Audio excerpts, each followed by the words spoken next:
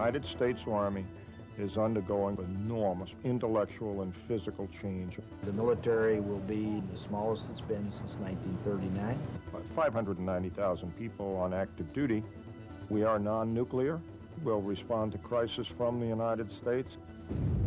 The complexity and ambiguity of the threats requires a different Army, more agile, more versatile. Louisiana maneuvers is so important to us because it enables us to facilitate our movement into the future being the 21st century, or next week. What is clear to everyone is that we're doing business differently. The Army is doing business differently, and Louisiana Maneuvers is the reason. LAM is a streamlined way for the Army to distinguish and consider its top priorities, leveraging the collective wisdom and experience of its senior leadership to reform the service into a force projection Army. LAM taps the Army field commander's experience and expertise to field test new doctrine, technologies, and capabilities. Louisiana Maneuvers is, above all, a process, one that begins when major issues are nominated for consideration by the General Officer Working Group. They brainstorm about what the Army needs to do in order to become more lethal, deployable, and survivable. Of the hundreds of warfighting and Title X issues considered, only a handful of the most pressing and productive are passed to the Board of Directors, the Army's four-star generals, for their deliberation. The value really of the Board of Directors for me is that I'm able to take advantage of their thinking and their imagination. The board considers the recommended issues and approves some for study. Then board members take ownership of one or more and work them in their commands. FORSCOM, TRADOC, AMC, SpaceCom, and the SYNCs.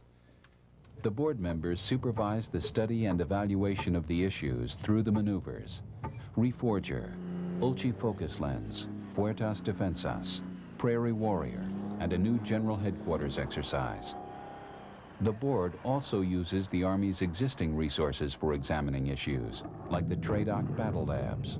What the Board of Directors is able to do is to take a very close look, almost a microscopic look at the exercises that are being conducted in each of these SYNCs AORs, and then use the lessons learned and make some observations about those exercises that we can then use in the Army to better design our forces for power projection, for use in military operations other than war, or in actual combat. What we are doing is learning and using what we learn in a very quick turnaround, which we haven't had the capability to do in the past. After their investigations, the board members report back to their colleagues with decision packages. The board then offers its own advice and recommendations to the Chief of Staff and Secretary of the Army for decisions on funding and other priorities. This streamlined process provides the senior leadership of the Army with strategic agility in decision-making. It enables us, perhaps, to look at our resource expenditures a little bit differently as we prioritize our funding. I'm able to focus in on the modernization objectives of the Army, win the information war, dominate the maneuver battle, precision strike, protect the force, and project and sustain the force. In those 5 areas, I'll spend my resources, and under each of those 5 are pieces of equipment and technologies that I'll buy. American industry participates with us, and they're able to get a window on the future so they can see where the Army is going and to facilitate the move into the future.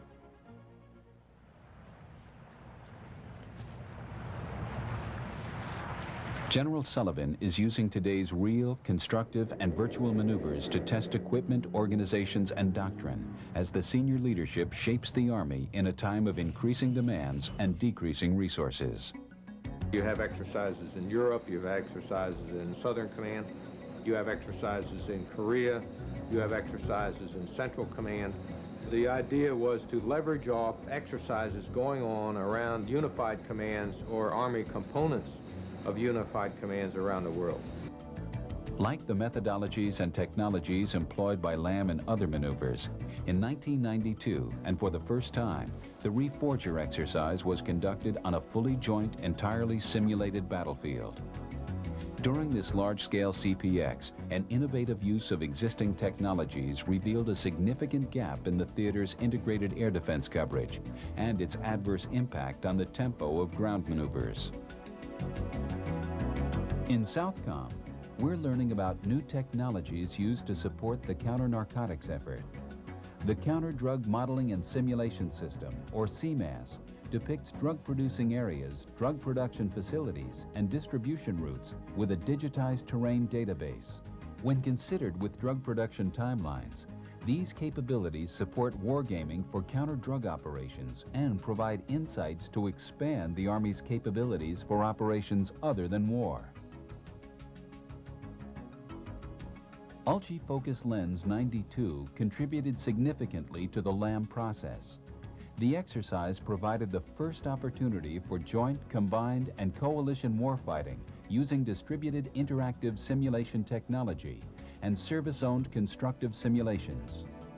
This electronic linking of service-owned constructive simulations allowed a warfighting sync to conduct a theater campaign using real-world command, control, communication, computers, and intelligence systems. CENTCOM's ongoing real-world missions provide the Louisiana maneuvers an opportunity to look at current operational issues and emerging doctrinal changes, from peacekeeping and peacemaking to humanitarian relief efforts. Prairie Warrior is an annual large-scale command post exercise conducted at the Army's Command and General Staff College.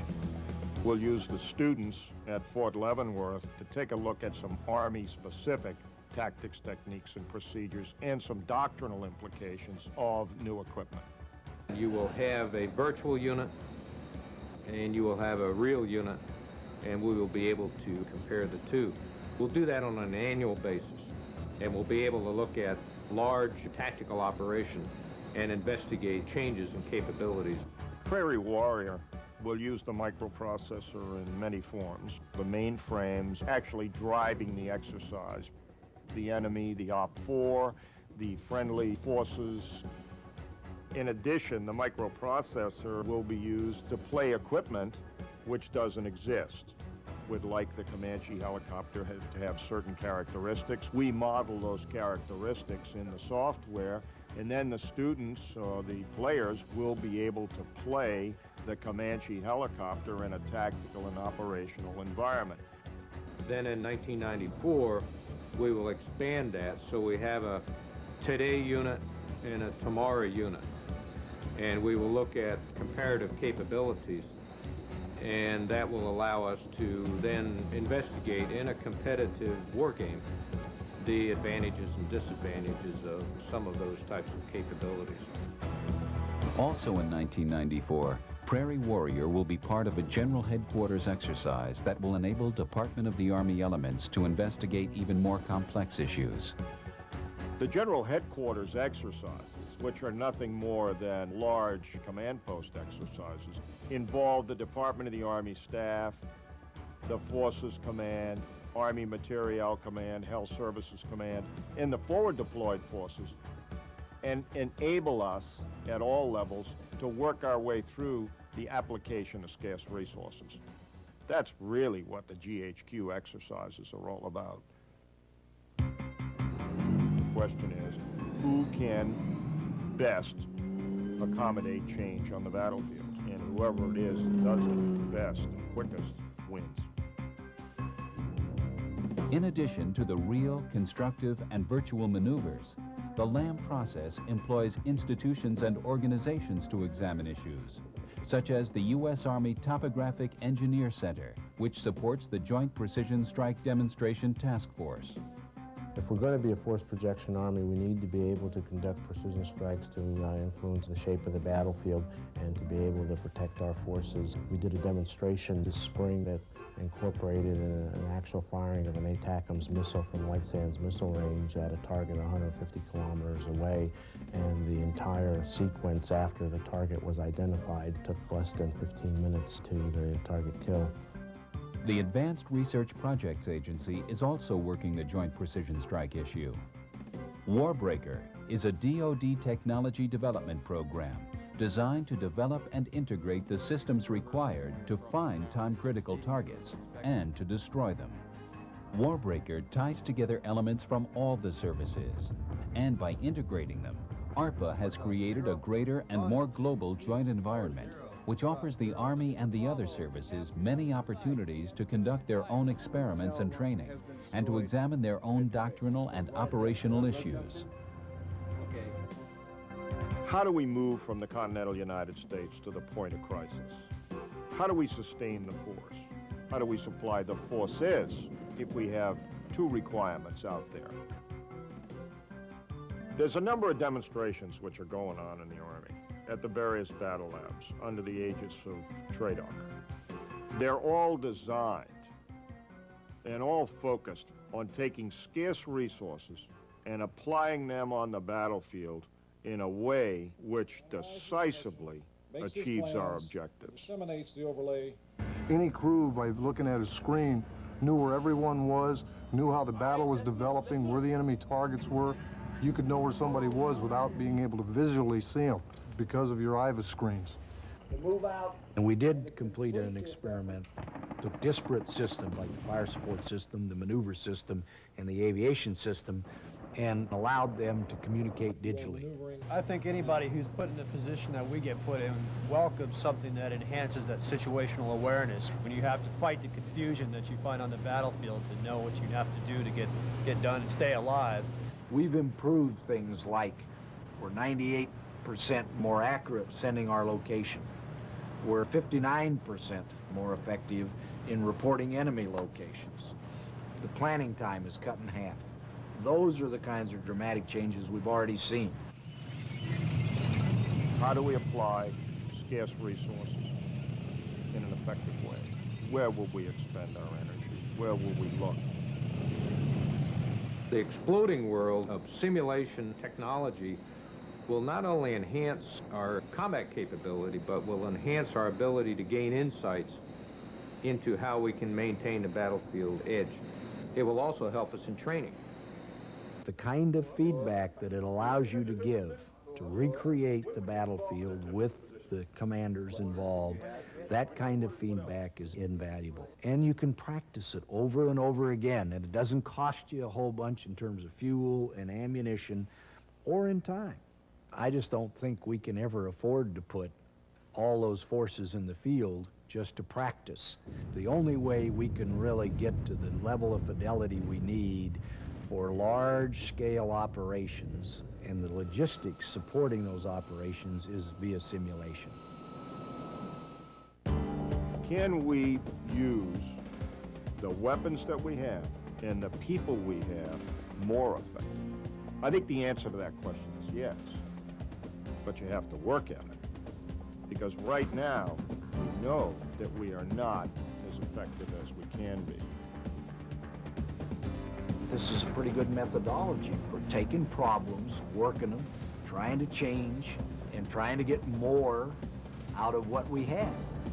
Only a world-class organization could do what the United States Army is doing. The task of changing this Army while being trained and ready is monumental. I'm very proud of what the leadership of the Army is doing, non-commissioned officer and officer leadership, and what the soldiers are doing. Louisiana Maneuvers is just a part of that, and I think it's helping us as we move into the future.